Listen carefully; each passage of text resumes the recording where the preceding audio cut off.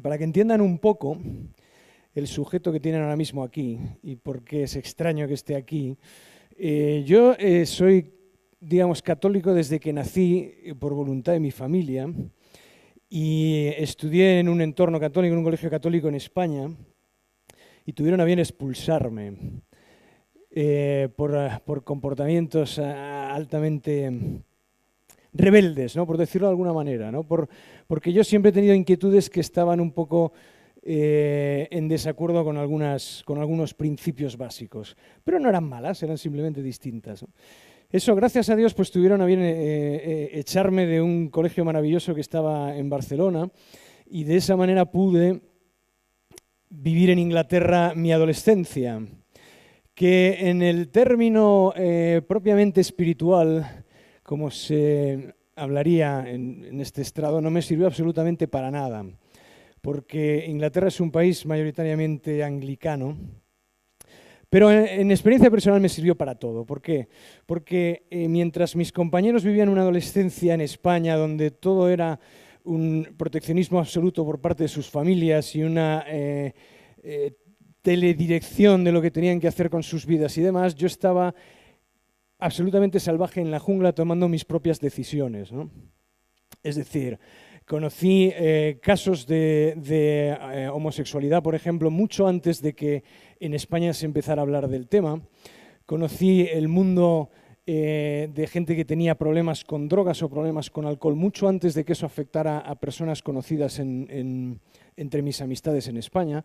Y me encontré con un mundo en el que realmente estabas pues tú solo tomando tus decisiones, ¿no? Esa fue mi adolescencia. Yo, como tenía una gran pasión por el mundo del cine, también Inglaterra me ayudó a entender el mundo del cine desde el punto de vista de los anglosajones. Y de esa manera, cuando regresé con 18 años a España, les dije a mis padres que quería ser director de cine. Y ellos me mandaron a estudiar periodismo a la Universidad de Navarra en Pamplona. Todavía les sigo preguntando por qué. Pamplona es un lugar que a mí, a nivel académico, no me sirvió absolutamente para nada, pero a nivel espiritual me sirvió absolutamente para todo, con lo cual fue un cambio radical en mi vida. Y lo interesante es que cuando yo llegué a Navarra, yo quería volver a Inglaterra, quería estudiar cine en Londres y descubrí, me enteré, que si suspendía todas las asignaturas me echarían de la universidad. Con lo cual, durante mi primer año decidí hacer el esfuerzo de suspender todas las asignaturas para que me pudieran echar. Pero me aprobaron teología. ¿Y por qué me aprobaron teología? Supongo que fue una especie de acto de caridad por parte del profesor, porque yo no hice el examen para aprobar teología, ¿no? Pero total, que me tuve que quedar otro año. Y así otro año más que a nivel personal a mí sí me cambió la vida. Conocí gente muy buena que son grandes amigos desde entonces hasta hoy. Y después lo que hice, mi planteamiento fue distinto. Yo me marché a Londres a hacer el examen de ingreso en secreto y después pues a mis padres les dije, me han admitido en la mejor escuela europea de cine, creo que es lo que se me da bien, está claro que tengo que marcharme y bueno, cambió el planteamiento y yo me marché a hacer cine, ¿no? Doy un salto para abreviar, mi vida es mucho más interesante que lo que estoy contando, pero sí me gustaría hacer un paréntesis. Si ahora damos marcha atrás y revisamos todo lo que yo he dicho, pero lo vemos desde el punto de vista de un padre, lo que yo he contado es un drama terrible, ¿sí o no? Y sin embargo nos estamos riendo, porque en el fondo lo más importante desde el punto de vista del storytelling es el enfoque. Es decir, lo que yo he contado he resumido rápidamente lo que pueden ser 20 años de mi vida o 15 años de mi vida en tono de comedia y resulta muy gracioso. Pero claro, el día a día, desde el punto de vista de, por ejemplo, mi madre, pues supongo que no era tan gracioso, ¿no? Y que ella debía pensar pues que su hijo iba a acabar absolutamente perdido. Cosa que todavía estoy a tiempo, pero para eso hay que ponerse. Entonces, retomo el tema. Yo después, un tema vocacional profesional tan claro, decidí ser director de cine y luché para conseguirlo, ¿no?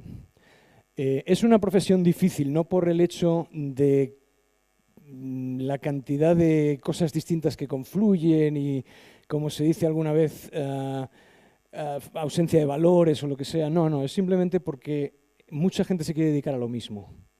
Y cuando eso ocurre, estemos hablando de directores de cine o estemos hablando de médicos, es complicado. En España era muy difícil hace como unos 20 años ser enfermera y sin embargo en Inglaterra ser enfermera era muy fácil y estaba muy bien pagado, ¿no? Entonces, bueno, pues ser director de cine era complicado en mi época porque todos queríamos ser como Steven Spielberg y todos luchábamos por llegar a ese punto, ¿no? Pero a mí es algo que siempre se me ha dado bien y que he estado dispuesto a dejarme la piel en conseguirlo. Y en un momento dado lo conseguí. Llegué a hacer varios cortometrajes, varios trabajos, gané premios, tuve cierto reconocimiento internacional y entonces ocurrió una cosa que a mí no me había pasado nunca. Regresé a España y en el entorno en el que yo colaboraba, pues, ayudando con chavales y cosas así, un entorno más, digamos, católico, se me empezó a otorgar el poder que en el Antiguo Testamento se otorgaba a los profetas o gente así, ¿no? Como diciendo, tú eres director de cine, entonces tú vas a cambiar el mundo. Y yo empecé a pensar que me había equivocado de profesión, porque semejante responsabilidad, te das cuenta, ¿no? Bueno, pero como soy bastante práctico, pragmático y intento tomarme las cosas con sentido del humor, me di cuenta que ¿cómo vas a cambiar el mundo? O sea, es muy complicado, ¿no? El decir, bueno, voy a cambiar el mundo. ¡Zas! ¿Por qué? Porque voy a hacer cine religioso, voy a hacer cine de valores, etcétera, etcétera, etcétera. Supongo que de eso habéis oído hablar un montón, ¿no? Os voy a contar mi única experiencia con el cine religioso, para que veáis que mi intención hoy aquí es el transmitir una experiencia distinta a la que sería el hacer cine pura y meramente religioso, ¿no? Tengo un gran amigo sacerdote que es rector de la Basílica de San Miguel en Madrid, que por aquel entonces, estamos hablando como de hace 15 años, quizá algo menos, él era un sacerdote, sin más, que escribía muy bien. Y le pidió un centro que se dedicaba a recolección de fondos para vocaciones sacerdotales, le pidieron hacer un vídeo. Y él escribió una historia que se titulaba Busco tu rostro y que iba sobre la vocación sacerdotal de un chaval. Entonces, bueno, me llamó a mí y me dijo, Gustavo, tengo un problema, el señor que le iba a hacer, hemos tenido aquí grandes discusiones, no nos ponemos de acuerdo, te pido por favor que me la hagas tú. Entonces, bueno, yo leí el guión, le sugerí una serie de cambios, un enfoque distinto y hicimos la película. De hecho, le sugerí que cambiáramos el título por Godspeed, por hacer algo más internacional, ¿no? Bueno, el resultado de mi única relación con el cine religioso es que el centro que pagaba ese vídeo, el Centro de Vocaciones Sacerdotales, no quiso el vídeo, le pareció que era una porquería y que además había dos o tres escenas que clamaban un poco al cielo y que ese vídeo debía ser absolutamente desechado. Lo pagaron porque se habían comprometido a pagarlo y no quisieron saber nada más, ¿no? Después resultó que hay una señora maravillosa que se llama la Madre Angélica, ¿no? que vive en Miami y vio el vídeo y le encantó, lo compró ella y entonces parece ser que ha sido un gran éxito en Latinoamérica. Pero a mí no me han pagado royalties, con lo cual... Bueno, y termino dando estos saltos así un poco abruptos y dejo si hay alguna pregunta sobre las tonterías que estoy diciendo. Termino hablando de mi última película. Y al final intentaré dar un poco de sentido a todo lo que he dicho. Mi última película se llama Ways to Live Forever, Vivir para Siempre. Es una película que habla sobre el cáncer infantil, habla sobre dos niños que se van a morir y que se mueren y la relación familiar que existe en torno a una persona enferma, ¿no? Ese proyecto nace de un libro que yo leo en un viaje en tren, que después compro los derechos y con una productora en Inglaterra rodamos la película. Y en ese proceso descubro que quien lo ha escrito es una persona cuáquera. Saben todos lo que es una persona cuáquera, ¿no? Los cuáqueros es algo parecido a los Amish en Inglaterra, ¿no? Es una forma de vida que va más allá de la mera creencia, también va con la apariencia y demás, ¿no? Y es muy parecido a los Amish. Entonces, a mí me interesa el libro porque yo veo que tiene una sensibilidad especial y habla de valores universales que entiende todo el mundo y que si yo le pongo mi película a un niño en China la va a entender y si le pongo esa misma película a una persona en Chile la va a entender igual. Entonces, al hacer la película, cuando la estrenamos en España, en la relación esta curiosa que tengo yo con algunos medios más propiamente católicos, por decirlo de alguna manera, había gente que me decía, bueno, es que yo creo que tú has sido un poco tibio a la hora de enfocar la muerte y la relación de la muerte con lo espiritual, ¿no? Porque no has hablado propiamente de Dios como tal. No, pero un momento. Yo lo que he hecho ha sido leerme un libro en un tren que me parecía conmovedor porque transmite valores universales de la familia, de la muerte y del entendimiento entre padres e hijos. Y tú me estás diciendo que yo he sido tibio porque no estoy hablando de Dios. Entonces ahí ya empecé a entender un poco de qué estábamos hablando, ¿no? Yo también tenéis que comprender que en este gran resumen de mi vida no he incluido cosas como que yo soy un tío muy apasionado, un tío muy radical en mis convicciones y que puedo resultar tremendamente agresivo al discutir, ¿no? Entonces, dije mi misión en la vida no es el hacer cine religioso. Está claro.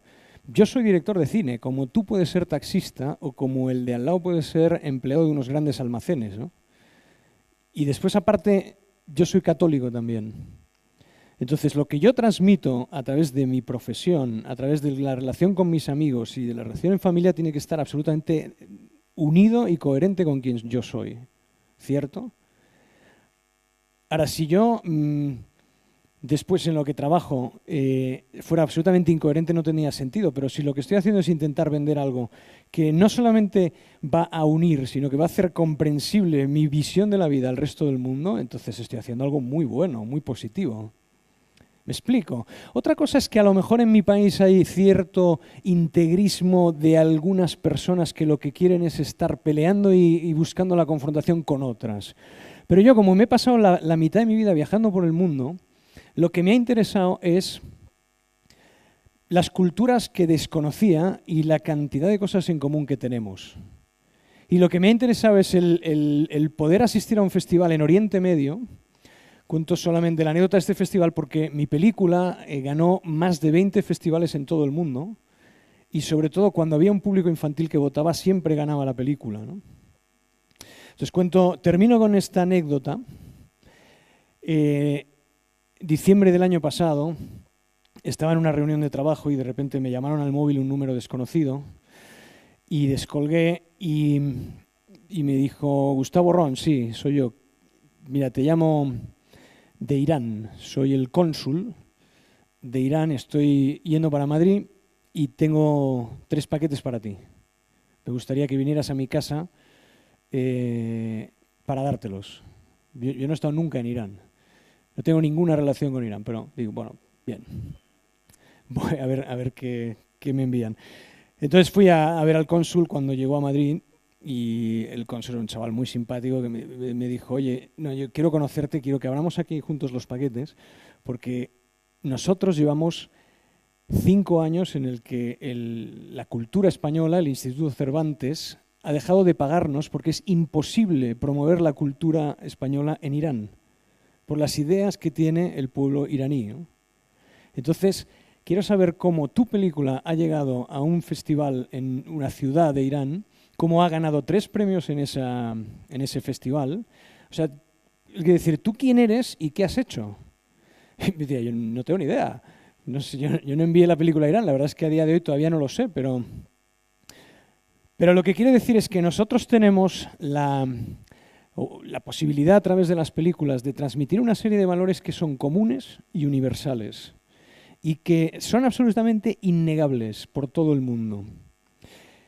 Y además, yo creo que tenemos la obligación, como personas no integristas, de arropar a todo el mundo. ¿Me explico? Hasta los límites en los que se puede arropar a todo el mundo. Y eso aplicado a la gente que no se dedica al cine, cómo se come, cómo se digiere. Yo creo que es muy sencillo. Es decir, al principio, cuando alguien te viene y te dice, tú te dedicas a esto, vas a cambiar el mundo, no te dejes llevar por esos sueños de grandeza. O sea, no te equivoques. Ese no es el camino. Al final, lo que tienes que descubrir cuando si tienes la suerte de moverte en un mundo tan roto y tan desarraigado como el mío, es muy fácil darte cuenta de cuáles son tus miserias, de dónde está lo peor del ser humano y de cómo reconstruir y empezar de nuevo, ¿no? El cambio de mundo que yo como director de cine puedo hacer está más en trabajar con mi director de casting que es homosexual, por ejemplo, que en hacer una película sobre la vida de Santa Teresa. ¿Me explico? O sea, yo entiendo que yo cambio el mundo si soy como tengo que ser en los momentos en los que vivo. Y después lo que espero es que mis películas hagan el bien y me quiten tiempo de purgatorio. Eso es... Por eso me dedico al cine. Bueno, no he hablado para nada de storytelling, ¿no? Bueno, pues con esto concluyo. Si hay alguna pregunta más enfocada hacia el cine o lo que sea, pues encantado de responder.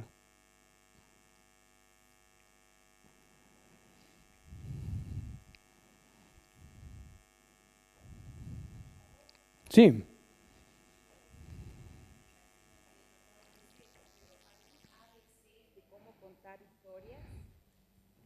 Algo que uno tenga que respetar como patrón para que sea realmente fructífero y bien gráfico.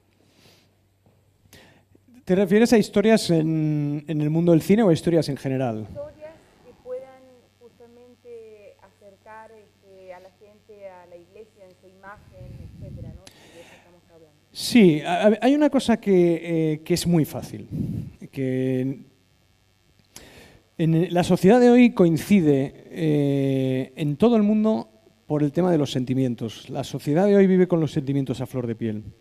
Si tú eres capaz de encontrar dentro de la historia que quieres contar el capítulo que conmueve, el capítulo que remueve, ese es el, digamos, el centro de lo que tú tienes que contar, el enfoque, ¿no?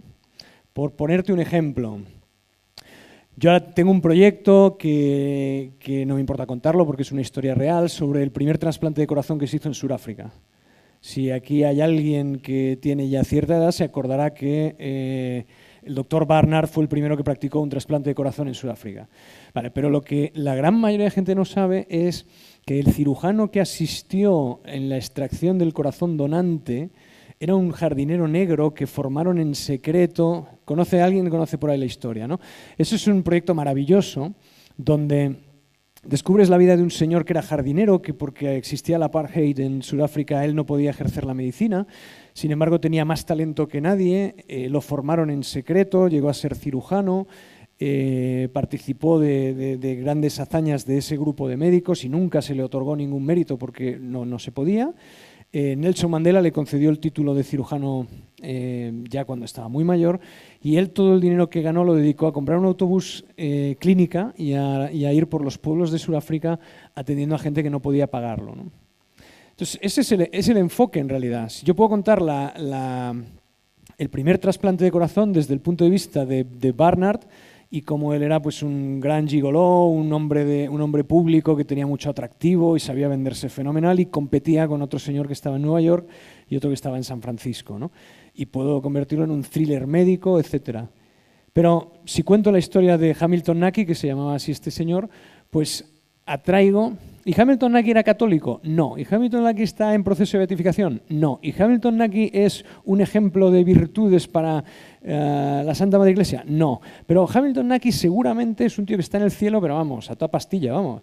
¿Me explico o no? A mí, eso es como cineasta, lo que te llama la atención es lo que puede facilitarte empatizar con el tío más pordiosero, ¿no? Por decirlo de alguna manera. Y me gustaría hacer un paréntesis y decir que todo mi respeto y cariño al cine religioso, lógicamente, simplemente que yo de momento no me dedico al tema. Hola. Sí, acá. Sí. Hola. Respecto al tema de las películas que tienen que ver con valores en las que tú estás, en el mundo en que estás tú, ¿qué respuesta has tenido de los distribuidores?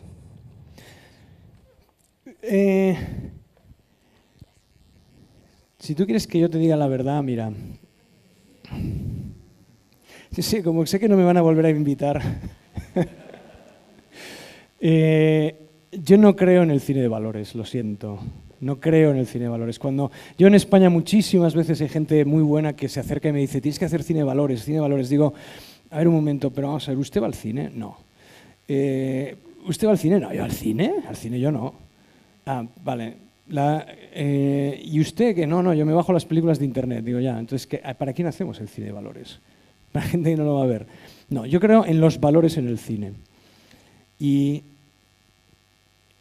por decirlo de alguna manera, me interesa mucho más hacer películas para gente que no tiene ni idea de nada y que viendo una película se puede sentir conmovido por un buen gesto, porque las películas en el fondo sirven mucho para crear estilo y para enseñar a la gente posturas ante ciertas situaciones.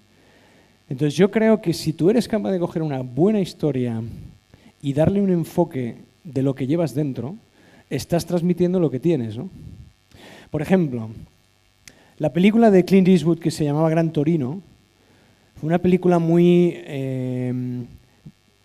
digamos, bien vista en medios de formación, en escuelas, en entornos de carácter católico y no católico, pero digamos, religioso, ¿no? Era una película de un tío cascarrabias que se le había muerto su mujer, que estaba sentado escupiendo y bebiendo cerveza todo el día en el porche de su casa y que además odiaba a los orientales porque había luchado en la guerra de Corea. O sea, todo eso, ¿eso es cine de valores? No, lo que pasa es que es plantear a un señor que no vale absolutamente nada, que tenía un gran cariño a su mujer y por cumplir las últimas voluntades de su mujer, pues resulta que el tío se redime, ¿no? De alguna manera. Y eso es lo que es interesante. O sea, al final, ¿por qué es mucho más interesante la vida de San Agustín que otras vidas de santos? Porque era un gran pecador y al final, o sea, no hay nadie que pueda decir yo soy justo. Bueno, a lo mejor hay alguien que lo puede decir, yo desde luego no. Y lo que te interesa es ver tíos como tú que les ha ido bien. Entonces, bueno, valores en el cine, sí.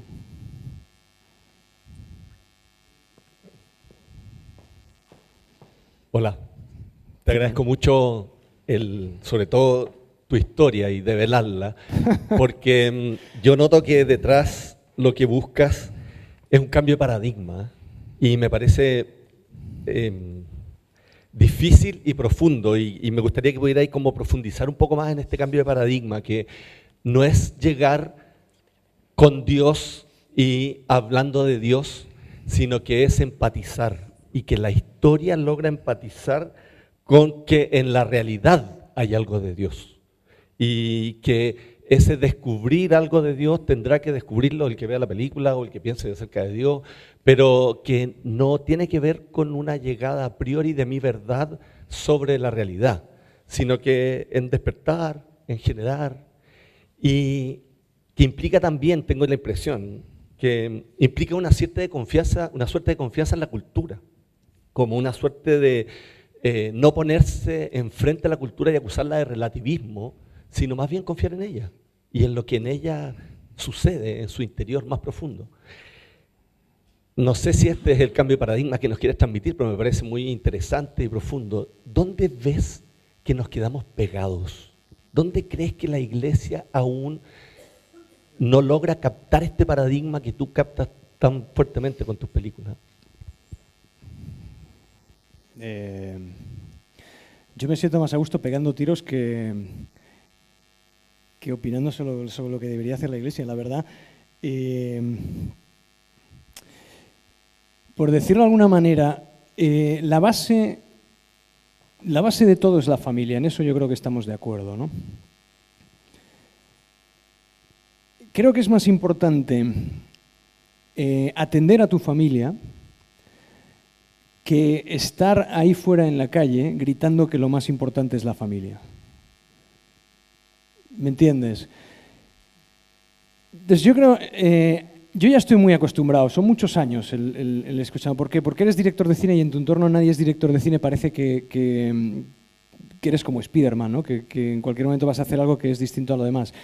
Y no es verdad. A mí, yo he coincidido con un señor que se dedica a ordeñar vacas, tiene vacas lecheras, y me llama mucho la atención su vida, porque no tiene nada que ver con la mía. Y a mí su vida me parece muy interesante. Y en el fondo a él le parece muy interesante de mi vida porque no tiene nada que ver con la suya. Pero no por nada más, porque como él ordeña vacas, sus preocupaciones están en otro mundo. Yo creo que no hay que poner... Todos, en España decimos algo que a lo mejor aquí suena a insulto y se vacía la sala, pero bueno, lo voy a decir. No hay que poner todos los huevos en la misma cesta, ¿no? Se entiende, no hay, o sea, cuando tú tienes, esto pasa muchas veces, ¿no? A nivel católico, por ejemplo, cuando tú ves de repente un líder que pues a nivel de grupos pequeños y tal, que sale y destaca por encima de los demás de una manera brutal y tal, y entonces pones todas tus esperanzas en él, plus, resulta que después ese líder no era tan espectacular como lo pensabas, ¿no? Y muchas veces, yo me acuerdo una vez que viviendo en Inglaterra me pasó. Era una persona a la que yo admiraba, que consideraba un ejemplo a seguir y que pues casi había convertido en mi modelo, ¿no? Porque lo veía absolutamente perfecto, ¿no? Y de repente este tío, de la noche a la mañana, se le cruzaron los cables y su vida dio un giro hacia el lado oscuro, o sea, se convirtió en Darth Vader. Y yo hablándolo con otro amigo que era sacerdote, claro, los sacerdotes siempre te hablan de Dios, ese es el problema, que me decía, claro, quizá es que este tío se te había puesto entre tú y Dios y por estar mirando tanto a este tío estabas dejando de mirar hacia Dios, ¿no? Y el problema es que cuando hablan de Dios tienen razón la mayoría de las veces, ¿no? Y sí, me decía un amigo sacerdote que me invitó una vez a hablar, es la única vez que yo he hablado, aparte de esta, sobre temas más religiosos, pero me hablaba sobre, me dijo, ponemos tu película, hacemos un coloquio, pero quiero que hables mucho de la oración, ¿no? Yo le decía, yo no quiero hablar de la oración, porque yo creo que rezar es tremendamente peligroso, porque cuando tú rezas pasan cosas y te das cuenta de que si rezas y pides ciertas cosas no van a pasar las que tú pides, sino las que te convienen. Entonces ya, digamos que te empiezas a meter en líos, ¿no? Entonces no me pidas que yo diga a la gente que rece, ¿no? La gente, lo digo en broma, ¿eh? Pero ¿entiendes lo que quiero decir? Yo creo la sensación de decir... la parte que a mí me toca, yo soy director de cine. ¿Cuántos directores de cine hay en el mundo? Hay muchos, muchos, y muchos de ellos mejores que yo. Y después gente que sin ser lo que yo soy, o sin haber recibido la formación que yo he recibido, hace las cosas mucho mejor. Entonces, el hecho de que alguien venga a mí con toda su buena voluntad y me diga, tú tienes que cambiar el mundo, lo único que significa es que él pues, quiere transmitir esa ilusión y demás, ¿no? Y no pasa absolutamente nada, pero vamos, pienso que cada uno lo que le toca, ¿no? Si tú te dedicas, cuidas de tu familia, educas bien a tus hijos, te preocupas de que todos reciban el cariño y la educación que necesitan y demás, el mundo cambia.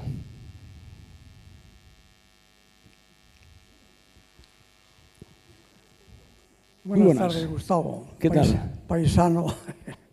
Soy un sacerdote paulino.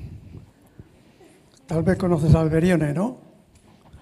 Bueno, pues él decía, y confirmaba muy bien tu trabajo, que no hace falta hablar siempre de religión, de iglesia y de Cristo, sino cristianamente de todo. Y hablar cristianamente de todo es hablar de los valores del reino, ecuménicos al 100%. La vida, la verdad, la justicia, la paz, la libertad, la dignidad humana, la alegría, la salvación. Eso por una parte, para que estés contento de que estás haciendo un trabajo muy bueno. Muchas gracias. Y por otra parte, sería bueno que pusieras en película tus confesiones, como San Agustín. ¿En público? Pues no creo que fuera muy productivo, ¿no? Te voy a contar, no sé si esto lo debo contar, ¿eh? Porque además lo están grabando y tal, pero yo recuerdo en Inglaterra, pues digamos que yo soy una especie de converso en progresión.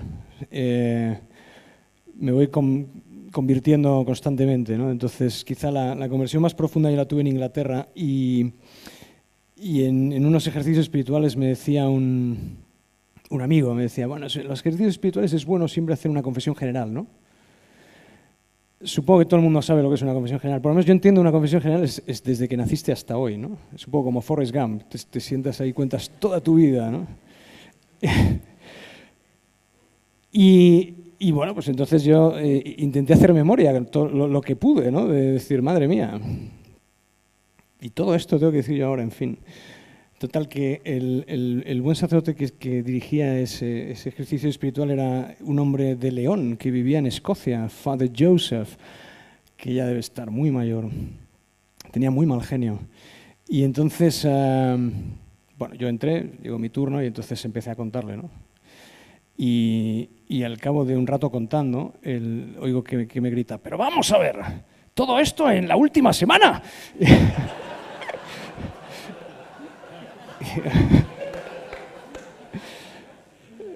O sea que no creo que publicar las confesiones vaya a hacer ninguna ayuda.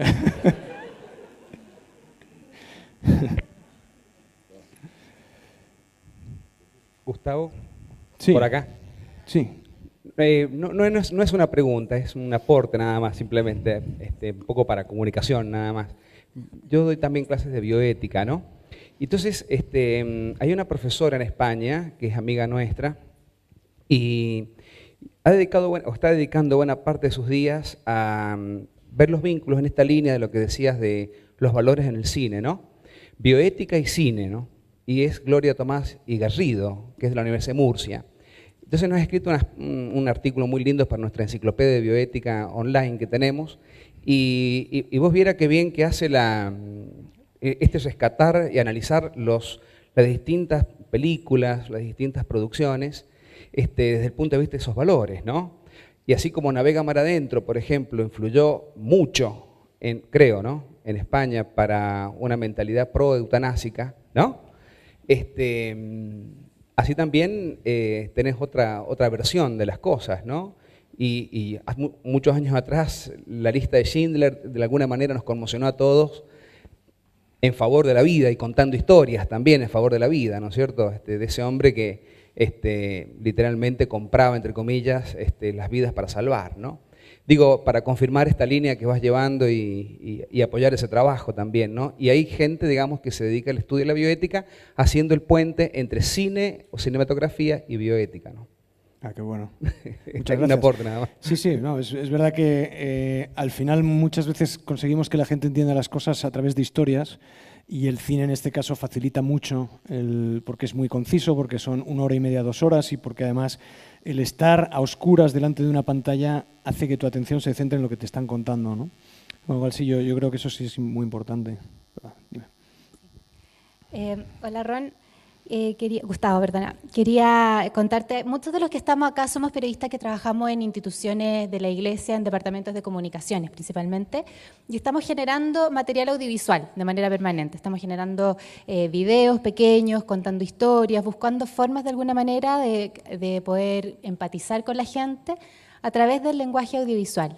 Entonces, desde esa perspectiva, yo sé que tu experiencia es más que nada como cineasta, pero considerando que estás dentro de este mundo, te quería preguntar ¿qué recomendaciones nos podrías dar tú de cómo grabar videos o cortometrajes que retraten los valores cristianos sin entrar en esta categoría de cine con valores, como decías tú previamente, que lo entendemos muy bien?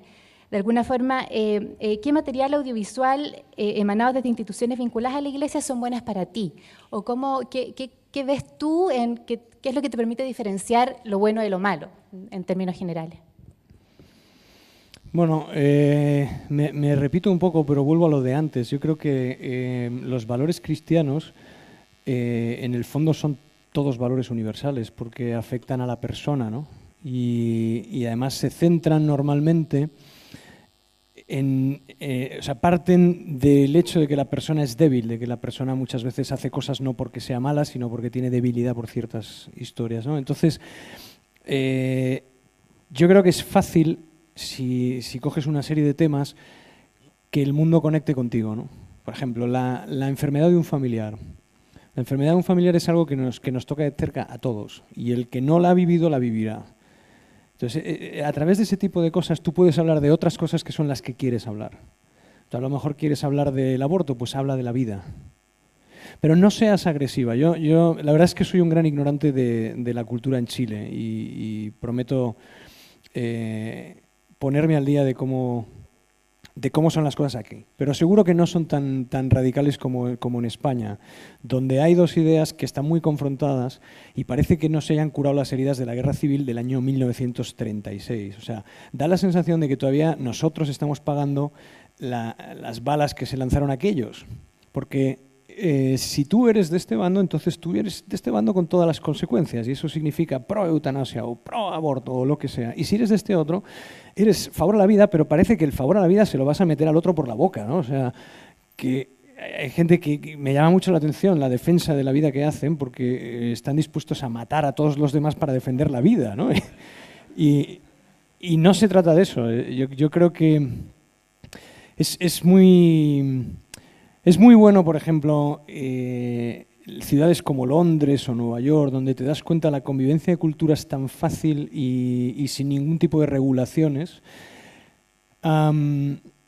y ver que tú puedes lanzar esos mensajes y que te los entienda todo el mundo, ¿no? Yo antes contaba el caso de Irán, pero nosotros hemos ganado 20 festivales en lugares como Corea del Sur, como Qatar, Noruega, Estados Unidos. Entonces, dices, lanzas un mensaje que todo el mundo entiende, y si la buena intención y el buen hacer les llega al corazón, al final la gente responde, ¿no? No sé si... Sí, sí, ¿verdad? Pero no, es culpa mía, porque como me dedico a los medios audiovisuales, pues cuando doy una conferencia nunca los traigo. Pero bueno, sí, se puede ver en YouTube, se puede ver, para los que les guste verlo en inglés, Ways to Live Forever, y si no en español, Vivir para siempre. Y yo creo que sí, que la película llegará, vamos, vendida a Latinoamérica está, con lo cual yo espero que pueda llegar a Chile. 2 preguntas. Pues 3 preguntas, a ver. Gracias. Aló. Gracias. Conferencia.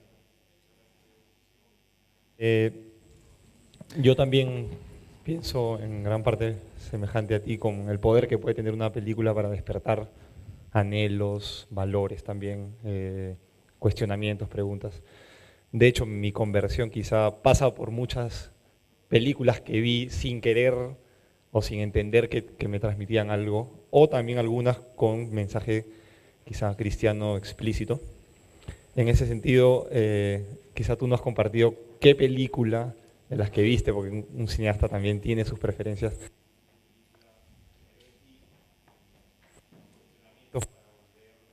O para tu conversión.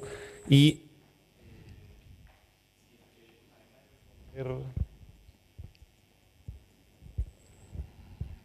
además de responder eso, yo, por mi propia experiencia también, utilizo películas de Hollywood o también independientes para quizá transmitir eso a otras personas, a los jóvenes sobre todo.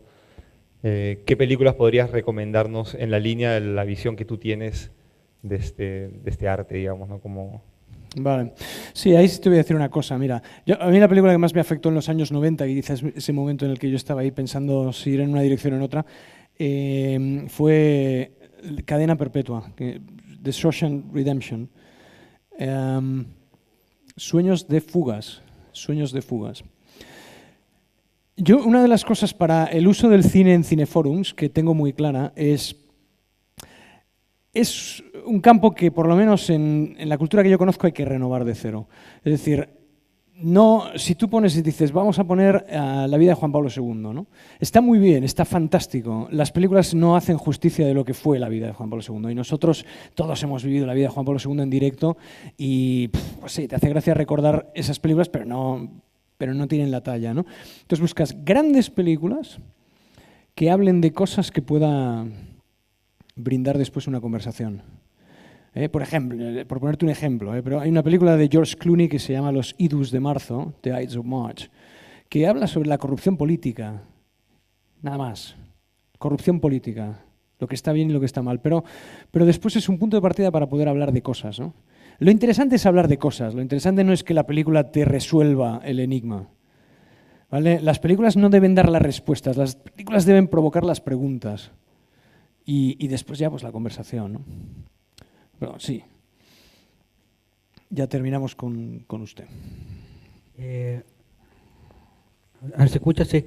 Hay una película, más que una película, un documental que me imagino que tú habrás visto y muchos de los de acá tienen que haber visto, que es La Última Cima, Y esta película, aunque yo la considero una muy buena historia, muy bien hecha, yo le presento la crítica que es un poco propagandística, que termina siendo como demostrando demasiado, siendo como muy cliché, que yo me acuerdo que en la película decía, alguna gente decía que los sacerdotes no son muy humanos, no son muy cercanos, y decían, pero Pablo es muy, siempre estaba cuando lo llamaban, él atendía a gente a chicas que querían abortar, a drogadictos, y le presento esa crítica a la película. ¿Qué opinas tú de La Última Cima en ese aspecto de que llegó a ser muy propagandística?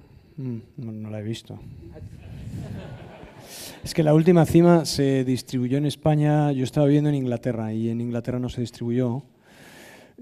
Hombre, respecto a eso, lo único que te puedo decir yo, cuando tengo algún amigo que se va a ordenar sacerdote, el único consejo que le doy, porque los buenos consejos ya se los da otro, yo estoy para los malos consejos, ¿no?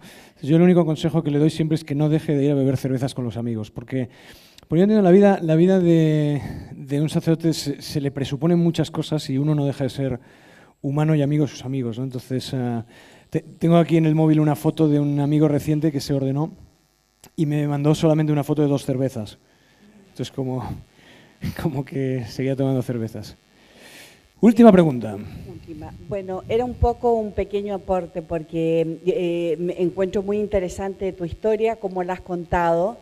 Nos quisiste transmitir de que eras como un rebelde, ¿no?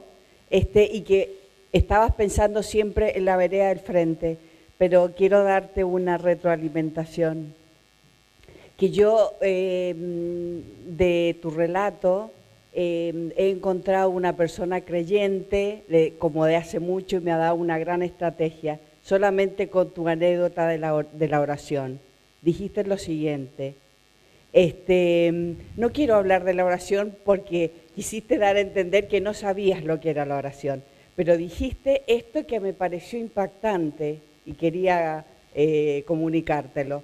Dijiste, no recen o no quiero rezar porque pasan cosas. Eso y la fe, no sé qué otra cosa puede llegar a ser. No, hay que rezar para que te toque la lotería, es lo único. No. Pero digo, estratégicamente eso me parece una cosa grandiosa, porque otra manera de decir, a veces uno dice, bueno, hay que rezar porque hay que tener fe, pero eso, digo, como una estrategia, ¿no? Rezar, oigan, no recen porque van a pasar cosas, creo. Sí. Pues sí es verdad, y también es verdad que en los momentos difíciles, en los momentos de fracaso, que un servidor está muy acostumbrado porque va con su profesión, también es importante el confiar, ¿no? Confiar y sacar esa fuerza de dentro que cuando eres una persona de fe, pues sabes dónde agarrar, ¿no? Pido disculpas a todos por el tiempo que les he quitado y ha sido un placer para mí.